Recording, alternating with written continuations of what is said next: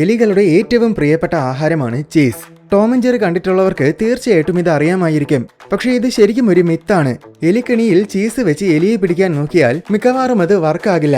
ഒന്നാമത്തെ കാരണം ചീസ് പെട്ടെന്ന് കേടായി പോകും. പിന്നെ അതിന്റെ മണം എലികളെ ആകർഷിക്കില്ല. പക്ഷേ പ്രധാന കാരണം യഥാർത്ഥത്തിൽ എലികൾ കൂടുതൽ ഇഷ്ടപ്പെടുന്നത് ചീസ് അല്ല, പകരം മധുരം കൂടുതലുള്ള ആഹാരങ്ങളാണ്. അതായത് പഴവർഗ്ഗങ്ങളും മധുര പലഹാരങ്ങളും പോലെയുള്ളവ. ഇത്തരം ആഹാര പദാർത്ഥങ്ങളാണ് കൂടുതൽ എനർജി നൽകുന്നത്. പണ്ട് കാലങ്ങളിൽ ഇറച്ചി ആഹാരങ്ങളൊക്കെ ഉപ്പ് വിതറി കെട്ടിത്തൂക്കിയാണ് സൂക്ഷിച്ചിരുന്നത്. ധാന്യങ്ങളാണെങ്കിൽ അടച്ചു മൂടിയും വെച്ചിരിക്കും. അതുകൊണ്ട് തന്നെ ഇതൊന്നും എലിക്ക് അത്ര എളുപ്പത്തിൽ എടുക്കാൻ കഴിയില്ല. പക്ഷേ ചീസ് അങ്ങനെ വെക്കാൻ പറ്റില്ല. കാരണം അത് പെട്ടെന്ന് കേടായി പോകാനുള്ള സാധ്യതയുണ്ട്. അതിനാൽ ചീസിനെ തുറസ്സായ സ്ഥലങ്ങളിൽ, അതായത് എലികൾക്ക് പെട്ടെന്ന് എടുക്കാൻ പറ്റുന്ന സ്ഥലങ്ങളിലാണ് സൂക്ഷിച്ചിരുന്നത്. അതുകൊണ്ട് തന്നെ എലികൾ ആദ്യം കഴിക്കുന്നതും ചീസ് ആയിരിക്കും. ഇങ്ങനെയാണ് ഈ മിത്ത് രൂപം കൊണ്ടത്. സിനിമകളിലൊക്കെ നമ്മൾ പലപ്പോഴും കണ്ടിട്ടുള്ള ഒരു സംഭവമാണ് പോളിഗ്രാഫ്സ് അഥവാ നുണ പരിശോധന യന്ത്രം. അതായത് പറയുന്ന കാര്യം സത്യമാണോ കള്ളമാണോ എന്ന് മനസ്സിലാക്കാൻ സഹായിക്കുന്ന ടെക്നോളജി. പക്ഷേ യഥാർത്ഥത്തിൽ ഇത് നമ്മൾ കള്ളം പറയുന്നുണ്ടോ എന്നല്ല പരിശോധിക്കുന്നത്, മറിച്ച് നമ്മുടെ സ്ട്രെസ് കൂടിയോ എന്ന് മാത്രമാണ്. അതായത് നമ്മുടെ ഹൃദയമിടിപ്പ്, രക്തസമ്മർദ്ദം, ശ്വസനം, വിയർപ്പ് എന്നീ ഘടകങ്ങളെ ഉപയോഗിച്ച് നമ്മുടെ സ്ട്രെസ് കൂടുന്നുണ്ടോ എന്ന് നോക്കുന്ന ഒരു യന്ത്രമാണ് പോളിഗ്രാഫ്. നമ്മൾ കള്ളം പറയുമ്പോൾ നമ്മുടെ സ്ട്രെസ് അധികമാകും. അപ്പോൾ ഉടൻ തന്നെ അത് പോളിഗ്രാഫിലൂടെ അറിയാൻ സാധിക്കും. അങ്ങനെ നമ്മൾ പറയുന്നത് കള്ളമാണോ സത്യമാണോ എന്ന് തിരിച്ചറിയാനും കഴിയും. ഇതാണ് പോളിഗ്രാഫിന്റെ അടിസ്ഥാന പ്രവർത്തനം. പക്ഷെ ഇതിലുള്ള പ്രശ്നം എന്താണെന്നാൽ സ്ട്രെസ് കൂടുന്നത് കള്ളം പറയുമ്പോൾ മാത്രമല്ല, ചോദ്യം ചെയ്യുമ്പോഴുണ്ടാകുന്ന സമ്മർദ്ദം മാത്രം മതി നമ്മുടെ സ്ട്രെസ് വർദ്ധിക്കാൻ. പ്രത്യേകിച്ച് വളരെ ഗൗരവമായ എന്തെങ്കിലും കാര്യമാണെങ്കിൽ സ്വാഭാവികമായും നമ്മുടെ സ്ട്രെസ് വർദ്ധിക്കും. അതുകൊണ്ട് തന്നെ അത്തരം സന്ദർഭങ്ങളിൽ നമ്മൾ സത്യമാണ് പറയുന്നതെങ്കിൽ പോലും പോളിഗ്രാഫിൽ നമ്മൾ കള്ളം പറയുകയാണെന്നേ കാണിക്കുകയുള്ളൂ. മറ്റൊരു കാര്യം എന്നത് ഇതിനുവേണ്ടി ട്രെയിനിങ് കിട്ടിയിട്ടുള്ളവർക്കും പിന്നെ സൈക്കോകളായിട്ടുള്ളവർക്കും ഇത്തരം സന്ദർഭങ്ങളിൽ ഒരു സ്ട്രെസ്സും ഇല്ലാതെ വളരെ ശാന്തമായിട്ടിരിക്കാൻ സാധിക്കും. അപ്പോൾ അവര് കള്ളമാണ് പറയുന്നതെങ്കിലും പോളിഗ്രാഫിൽ സത്യം പറയുകയാണെന്ന് കാണിക്കും. അതിന് പുറമെ പോളിഗ്രാഫ് ഉപയോഗിച്ച് നുണ പരിശോധന നടത്തുന്നതിന് മുന്നോടിയായിട്ട് ഈ യന്ത്രം ടെസ്റ്റ് ചെയ്യപ്പെടേണ്ട ആളെ ഉപയോഗിച്ച് കാലിബ്രേറ്റ് ചെയ്യേണ്ടതുണ്ട്.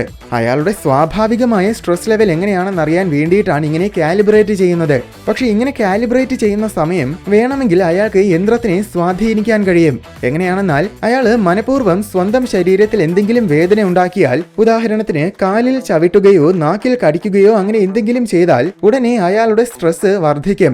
അപ്പോൾ അയാളുടെ സ്വാഭാവികമായ സ്ട്രെസ് കൂടിയ നിരക്കിലായിരിക്കും പോളിഗ്രാഫിൽ കാണിക്കുന്നത്. പിന്നെ അയാൾ എന്ത് കള്ളം പറഞ്ഞാലും അതെല്ലാം സത്യമാണെന്നായിരിക്കും പോളിഗ്രാഫ് കാണിക്കുന്നത്. ഈ കാരണങ്ങൾ കൊണ്ട് തന്നെ നമ്മുടെ ഇന്ത്യയിൽ ഉൾപ്പെടെ പല രാജ്യങ്ങളിലും പോളിഗ്രാഫിനെ ഒരു പ്രധാന തെളിവായിട്ട് പരിഗണിക്കില്ല. ഗോൾഡ് ഫിഷുകൾ ഗജിനിയെ പോലെയാണ്. എന്ന് വെച്ചാൽ അവയ്ക്ക് ഓർമ്മശക്തി തീരെ കുറവാണ്.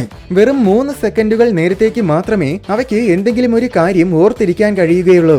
ഇതാണ് ഗോൾഡ് ഫിഷുകളെ കുറിച്ചുള്ള ഒരു പൊതുവായ തെറ്റിദ്ധാരണ. എന്നാൽ യഥാർത്ഥത്തിൽ ഗോൾഡ് ഫിഷുകൾക്ക് അത്യാവശ്യം നല്ല രീതിയിലുള്ള മെമ്മറി പവർ ഉണ്ട്. 5 മാസങ്ങൾക്ക് മുൻപുള്ള കാര്യങ്ങൾ പോലും അവയ്ക്ക് ഓർത്തിരിക്കാൻ പറ്റും. അതുമാത്രമല്ല അവ വളരെ സ്മാർട്ടുമാണ്. വളയങ്ങളിലൂടെ ചാടാനും ബട്ടൺസ് അമർത്താനും പാറ്റേൺസ് ഫോളോ ചെയ്യാനും അങ്ങനെ ബുദ്ധിപരമായ പല കാര്യങ്ങളും ചെയ്യുന്ന രീതിയിൽ അവയെ നമുക്ക് പരിശീലിപ്പിക്കാൻ സാധിക്കും. മനുഷ്യരുടെ മുഖം പോലും ഗോൾഡ് ഫിഷുകൾക്ക് ഓർത്തിരിക്കാൻ പറ്റും. ഇതിനൊക്കെ പുറമെ പസിൽസ് സോൾവ് ചെയ്യാനും മെയ്സിലൂടെ കൃത്യമായി സഞ്ചരിക്കാനും അവയ്ക്ക് കഴിയും. ഇതൊക്കെ നല്ല മെമ്മറി പവർ ഉണ്ടെങ്കിൽ മാത്രമേ ചെയ്യാൻ പറ്റൂ. കുരങ്ങിൽ നിന്നും പരിണമിച്ചാണ് മനുഷ്യരുണ്ടായത്. ഇത് ഇന്നും നല്ലൊരു ശതമാനം പേരും വിശ്വസിക്കുന്ന ഒരു വലിയ മണ്ടത്തരമാണ്. യഥാർത്ഥത്തിൽ മനുഷ്യരും കുരങ്ങുകളും ഒരു പൊതു പൂർവിക ജീവിയിൽ നിന്നുമാണ് പരിണമിച്ചത്. അല്ലാതെ കുരങ്ങുകൾ പരിണമിച്ചല്ല മനുഷ്യരുണ്ടായത്. ശരിക്കും നമ്മുടെ കസിൻസിനെ പോലെയാണ് കുരങ്ങുകളെ പരിഗണിക്കേണ്ടത്. അതായത് നിങ്ങളും നിങ്ങളുടെ കസിൻസും വെവ്വേറെ പാരന്റ്സിൽ നിന്നുമാണ് ഉണ്ടായത്. എന്നാൽ നിങ്ങൾക്ക് രണ്ടുപേർക്കും ഒരേ ഗ്രാൻഡ് പാരന്റ്സ് ആണ്. ഇതുപോലെയാണ് മനുഷ്യരും കുരങ്ങുകളും. പല ദശലക്ഷം വർഷങ്ങൾക്ക് മുന്നേ ഒരു വർഗം പ്രൈമേറ്റ് ജീവികൾ ഉണ്ടായിരുന്നു. കാലക്രമേണ അവയിൽ നിന്നും വ്യത്യസ്തമായ പുതിയ ജീവികൾ പരിണമിച്ചു. ആ പുതിയ ജീവികളാണ് ഇന്ന് കാണുന്ന മനുഷ്യരും കുരങ്ങുകളും മറ്റ് ഏപ്പുകളും. വ്യത്യസ്തമായ ആവാസ വ്യവസ്ഥകളിലേക്ക് പലായനം ചെയ്യുമ്പോൾ പിന്നെ അവിടുത്തെ അവസ്ഥകൾക്കനുസരിച്ചായിരിക്കും ജീവികൾ പരിണമിക്കുന്നത്. അതുകൊണ്ടാണ് ഇങ്ങനെ വ്യത്യസ്തമായ പുതിയ ജീവികളായിട്ട് മാറിയത്. നമ്മൾ നമ്മുടെ തലച്ചോറിന്റെ 10% മാത്രമേ ഉപയോഗിക്കുന്നുള്ളൂ. ഇങ്ങനെ പറയുന്നവർ ഒരുപക്ഷെ അത്രയും മാത്രമേ ഉപയോഗിക്കുന്നുണ്ടായിരിക്കൂ. പക്ഷേ യഥാർത്ഥത്തിൽ ഇത് വെറും മിത്താണ്. FMRIയും പെറ്റ് സ്കാനും പോലെയുള്ള ആധുനികമായ ടെക്നോളജികൾ ഉപയോഗിച്ച് നോക്കുമ്പോൾ തലച്ചോറിന്റെ എല്ലാ ഭാഗങ്ങളും നമ്മൾ ഒരേപോലെ തന്നെ ഉപയോഗിക്കുന്നുണ്ടെന്നാണ് കാണിക്കുന്നത്. വളരെ നിസ്സാരമായ ദൈനംദിന കാര്യങ്ങൾക്ക് പോലും തലച്ചോറിന്റെ 100% പ്രവർത്തനവും നമുക്ക് ആവശ്യമാണ്. ഉറങ്ങുമ്പോൾ പോലും ശരീരത്തിന്റെ പ്രവർത്തനങ്ങൾ നിയന്ത്രിക്കുന്നതിന് നമ്മുടെ തലച്ചോറിന്റെ എല്ലാ ഭാഗങ്ങളും ഹാർഡ് വർക്കിംഗ് ആയിരിക്കും. സംഭവം 20-ാം നൂറ്റാണ്ടിൽ വില്യം ജെയിംസ് എന്നൊരു സൈക്കോളജിസ്റ്റ് ഉണ്ടായിരുന്നു. നമ്മുടെ ശാരീരികവും മാനസികവുമായ സമ്പത്തിന്റെ വളരെ ചെറിയൊരു ശതമാനം മാത്രമേ നമ്മൾ ഉപയോഗിക്കുന്നുള്ളൂ എന്ന് ഒരിക്കൽ വില്യം പറഞ്ഞിട്ടുണ്ട്. പക്ഷെ അത് മനുഷ്യന്റെ കഴിവുകളെ കുറിച്ചാണ് അദ്ദേഹം പറഞ്ഞത്, അല്ലാതെ ശരിക്കും നമ്മൾ തലച്ചോറിന്റെ കുറച്ച് ഭാഗം മാത്രമേ ഉപയോഗിക്കുന്നുള്ളൂ എന്നല്ല. എന്നാൽ കാലക്രമേണ അദ്ദേഹത്തിന്റെ വാക്കുകൾ വളച്ചൊടിക്കപ്പെട്ടു. വളരെ പ്രശസ്തമായ ലൂസി എന്ന സിനിമയും ഈ മിത്തിനെ അടിസ്ഥാനപ്പെടുത്തിയാണ്. ഇവിടെ നമ്മൾ ചിന്തിക്കേണ്ട ഒരു കാര്യമുണ്ട്. ശരിക്കും നമ്മൾ തലച്ചോറിന്റെ 10% മാത്രമേ ഉപയോഗിക്കുന്നുള്ളൂവെങ്കിൽ തലച്ചോറിന് സംഭവിക്കുന്ന 90% പരിക്കുകളും ഒരു പ്രശ്നവും ഉണ്ടാക്കില്ലായിരുന്നു. എന്നാൽ യാഥാർത്ഥ്യം അങ്ങനെയല്ല. തലച്ചോറിന്റെ ഏതെങ്കിലും ചെറിയൊരു ഭാഗത്തിൽ കിട്ടുന്ന നിസ്സാരമായ പരിക്കുകൾക്ക് പോലും തലച്ചോറിനെ മൊത്തത്തിൽ വളരെ മാരകമായിട്ട് ബാധിക്കാൻ കഴിയും. മഴ നനഞ്ഞാൽ ജലദോഷം വരും, മഞ്ഞ് കൊണ്ടാൽ ജലദോഷം വരും, കുളിച്ചിട്ട് തല തോർത്തിയില്ലെങ്കിൽ ജലദോഷം വരും, എന്റെ പൊന്നടാവുകയെ എന്ത് ചെയ്താലും ജലദോഷം വരും. ഇതെല്ലാം വെറും മിത്തുകളാണ്. ഈ മിത്തുകൾ കേട്ടിട്ടില്ലാത്തവർ വളരെ അപൂർവമായിരിക്കും. യഥാർത്ഥത്തിൽ ജലദോഷം ഉണ്ടാക്കുന്നത് വൈറസുകളാണ്, പ്രധാനമായും റൈനോ വൈറസുകൾ. ഏതെങ്കിലും വിധത്തിൽ ഈ വൈറസുകൾ നമ്മുടെ ശരീരത്തിൽ പ്രവേശിക്കുമ്പോഴാണ് നമുക്ക് ജലദോഷം വരുന്നത്, അല്ലാതെ മഴയും മഞ്ഞും കൊള്ളുമ്പോഴല്ല. അല്ലെങ്കിൽ തന്നെ മഴ നനഞ്ഞാൽ ജലദോഷം പിടിപെടുമെങ്കിൽ പിന്നെ കുളിക്കുമ്പോഴും ജലദോഷം കിട്ടേണ്ടതല്ലേ? അങ്ങനെയാണെങ്കിൽ നമ്മുടെ ജീവിതകാലം മുഴുവനും എല്ലാ ദിവസവും നമുക്ക് ജലദോഷമായിരിക്കില്ലേ? തണുപ്പത്ത് മദ്യം കഴിക്കുന്നത് നല്ലതാണ്, കാരണം മദ്യം നമുക്ക് ചൂട് നൽകും. ഇത് വളരെ ഡേഞ്ചറസ് ആയിട്ടുള്ള ഒരു മിത്താണ്. മദ്യം കഴിക്കുമ്പോൾ നിങ്ങളുടെ രക്തക്കുഴലുകൾ വികസിക്കും. അനന്തരഫലമായി ചർമ്മത്തിലേക്ക് കൂടുതൽ ചൂട് രക്തം ഒഴുകിയെത്തും. അപ്പോഴാണ് നിങ്ങൾക്ക് ചൂട് ലഭിക്കുന്നതായിട്ട് തോന്നുന്നത്. പക്ഷെ ഇത് യഥാർത്ഥത്തിൽ വളരെ ഡേഞ്ചറസ് ആണ്. കാരണം ഇങ്ങനെ ചെയ്യുമ്പോൾ ശരീരത്തിന്റെ കോർ ടെമ്പറേച്ചർ കുറയും. അതായത് ഹൃദയത്തിന്റെയും തലച്ചോറിന്റെയും അങ്ങനെയുള്ള പ്രധാന അവയവങ്ങളുടെയൊക്കെ താപനില കുറയും. അനന്തരഫലമായിട്ട് ഹൈപ്പോതെർമിയ പോലെയുള്ള ഡേഞ്ചറസ് ആയിട്ടുള്ള അവസ്ഥകൾ ഉണ്ടാകും. ഓൾറെഡി ഹൃദ്രോഗങ്ങളൊക്കെ ഉള്ളവരുടെ ജീവൻ പോലും ഇത് കാരണം അപകടത്തിലായേക്കാം. മനുഷ്യർക്ക് 5 സെൻസസ് അഥവാ ഇന്ദ്രിയങ്ങളുണ്ട്. കാഴ്ച, കേൾവി, സ്പർശനം, രുചി, പിന്നെ മണം. ഇവയാണ് നമ്മുടെ 5 ഇന്ദ്രിയങ്ങൾ. എന്നാൽ ഇത് പണ്ട് മുതലേയുള്ള ഒരു വലിയ മിത്താണ്. പുരാതന കാലത്തിൽ നമുക്ക് നമ്മുടെ ശരീരത്തിനെ കുറിച്ച് വലിയ അറിവുകളൊന്നുമില്ലായിരുന്നു. അതുകൊണ്ട് തന്നെ അന്ന് നമുക്ക് തിരിച്ചറിയാൻ കഴിഞ്ഞിരുന്നത് ആകെ ഈ 5 സെൻസുകൾ മാത്രമാണ്. അങ്ങനെയാണ് 5 ഇന്ദ്രിയങ്ങൾ എന്ന മിത്ത് രൂപം കൊണ്ടത്. പക്ഷേ ഈ 5 സെൻസസിന് പുറമെ നമുക്ക് വേറെയും നിരവധി സെൻസുകളുണ്ട്. ഉദാഹരണത്തിന് ബാലൻസ്. നമുക്ക് ഒറ്റക്കാലിൽ നിൽക്കാൻ കഴിയുന്നതും നമ്മൾ തലകുത്തി നിന്നാൽ അത് തിരിച്ചറിയാൻ കഴിയുന്നതും നമ്മുടെ തല ചലിക്കുമ്പോഴും കണ്ണുകൾക്ക് കൃത്യമായിട്ട് ഫോക്കസ് ചെയ്യാൻ കഴിയുന്നതും അങ്ങനെ ഒരുപാട് കാര്യങ്ങൾക്ക് വേണ്ടി നമ്മെ സഹായിക്കുന്നത് ശരിക്കും സെൻസ് ഓഫ് ബാലൻസ് ആണ്. മറ്റൊന്ന് ബോഡി അവയർനെസ്. നമുക്ക് നമ്മുടെ ശരീരത്തിന്റെ പൊസിഷനും ചലനങ്ങളും ഒക്കെ തിരിച്ചറിയാൻ കഴിയുന്നത് ഈ സെൻസ് കാരണമാണ്. മറ്റൊന്ന് പെയിൻ, അതായത് വേദന അനുഭവപ്പെടാനുള്ള കഴിവ്. ഈ സെൻസ് ഇല്ലാതെ നമുക്ക് ജീവിച്ചിരിക്കാൻ തന്നെ പ്രയാസമാണ്. കാരണം ഇതില്ലെങ്കിൽ നമുക്ക് എന്തെങ്കിലും മാരകമായ മുറിവ് പറ്റിയാൽ പോലും നമ്മൾ തിരിച്ചറിയില്ല. അങ്ങനെ രക്തം വാർന്ന് നമ്മൾ മരിച്ചു പോയേക്കാം. മറ്റൊന്ന് തെർമോ റിസെപ്ഷൻ. നമ്മൾ തൊടുന്ന വസ്തുക്കളുടെയൊക്കെ താപനില തിരിച്ചറിയാൻ കഴിയുന്നത് ഈ സെൻസ് കാരണമാണ്.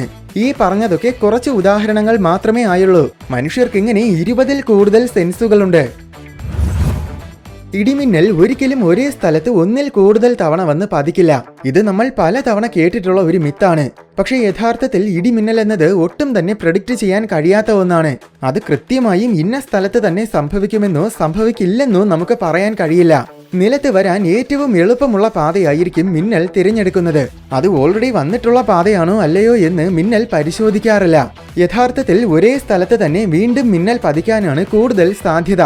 കാരണം ഓൾറെഡി ഒരിടത്ത് മിന്നൽ പതിച്ചിട്ടുണ്ടെങ്കിൽ അതിനർത്ഥം മിന്നലിന് നിലം തൊടാൻ അതാണ് ഏറ്റവും എളുപ്പമുള്ള പാതയെന്നാണ്.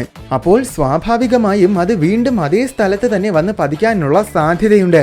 അതിനൊരുത്തമ ഉദാഹരണമാണ് എംപയർ സ്റ്റേറ്റ് ബിൽഡിംഗ്. ഈ കെട്ടിടത്തിൽ എല്ലാ വർഷവും 20 മുതൽ 25 തവണ വരെ മിന്നൽ വന്ന് പതിക്കാറുണ്ട്.